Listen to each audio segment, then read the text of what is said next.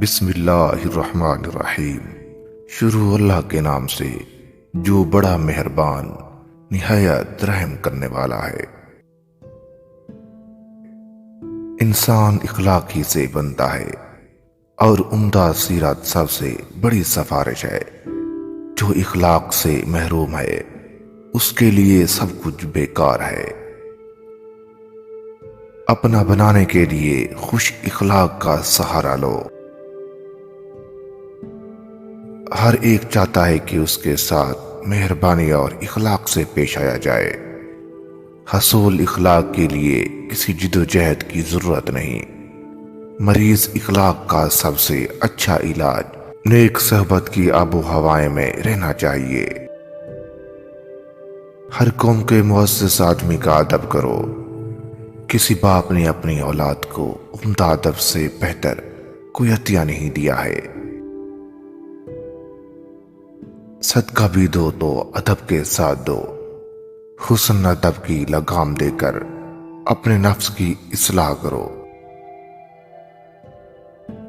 خالق کے ساتھ ادب کا دعویٰ غلط ہے جب تک تو مخلوق کے ادب کا خیال نہ رکھے۔ اہل و عیال کو ادب سکھانا بھی افضل کام ہے۔ انسانوں کو ادب سکھانا حیوانوں کو ادب سکھانے سے دشوار تر ہے۔ کچی سے کچی اور اچھی سے اچھی عقل مندی ارادہ ہے۔ اچھے کام کرنے کے لیے پیسے کی ضرورت کم پڑتی ہے، اچھے دل اور ارادے کی زیادہ پڑتی ہے۔ انسان کے پست ارادے کامیابی میں رکاوٹ ڈالتے ہیں۔ برے ارادے سے بیچ بولا جائے تو وہ ہر قسم کے جھوٹ پر سبقت لے جاتا ہے۔ جس کے ارادے میں قوت ہے اسے خراج تحسین پیش کرتا ہوں۔ اگر پہاڑ کو سرکانے کا ارادہ ہے تو پہلے ذروں کو سرکانا سیکھو۔ انسان جب کوئی ارادہ کرتا ہے تو غیب سے فی الفور تمیز اور نفس و صلاح کار اس کے سامنے موجود ہوتے ہیں۔ تمہاری عقل ہی تمہاری استاد ہے۔ مصیبت سے بڑھ کر انسان کو سکھانے والا کوئی استاد نہیں۔ استقلال اور صبر میری چادر ہے۔ مرد کا کمال استقلال ہے اور استقلال کا ثبوت حقوق و لباد اور فرائض کی انجام دہی میں ہے۔ اگر صبر اور استقلال نہ ہو تو تنگ دستی، بیماری وغیرہ ایک عذاب ہیں، اور اگر صبر و استقلال ہو تو کرامت اور عزت ہے۔ اپنی موجودہ حالت میں قائم رہ کر صبر اور استقلال کی زندگی اختیار کرو۔ سعادت اور شکر سے نعمت کی زیارت حاصل ہوتی ہے۔ شکریہ میں کمی کرنے سے محسن لوگ نیکی کرنے میں بے رغبت ہو جاتے ہیں۔ آنے والی نعمتوں کا شکر کے ساتھ استقبال کرو، کیونکہ اگر نہ شکری کرو گے تو نعمتیں زائل ہو جائیں گی۔ زیادہ نعمت کے لیے شکر نہایت بہتر وسیلہ ہے۔ زیادہ نیکی کرنے سے شرافت بڑھتی ہے اور لوگ ہمیشہ شکر گزار رہتے ہیں۔ آخرت کے لیے اچھی طرح سے تیاری و آمادگی کرنے اور بہت ساز اور راہ بنانے کو لازم پکڑ۔ اپنے نفس کو نیک کام کرنے اور لوگوں کا بوجھ اٹھانے کا عادی بنا۔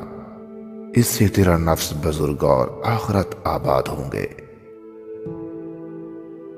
تعجب ہے کہ مجھے اس بشر کی حالت پر جو بدن کے تھوڑے سے دکھ تکلیف کے لیے مضر کھانوں سے تو پرہیز کرتا ہے، مگر آخرت کے سخت عذاب کے خیال سے گناہوں سے نہیں بچتا۔ مجاہد و نفس میں کمال اصلاح و آخرت کے لیے عمل کرنے میں کامیابی اور فلاح ہے۔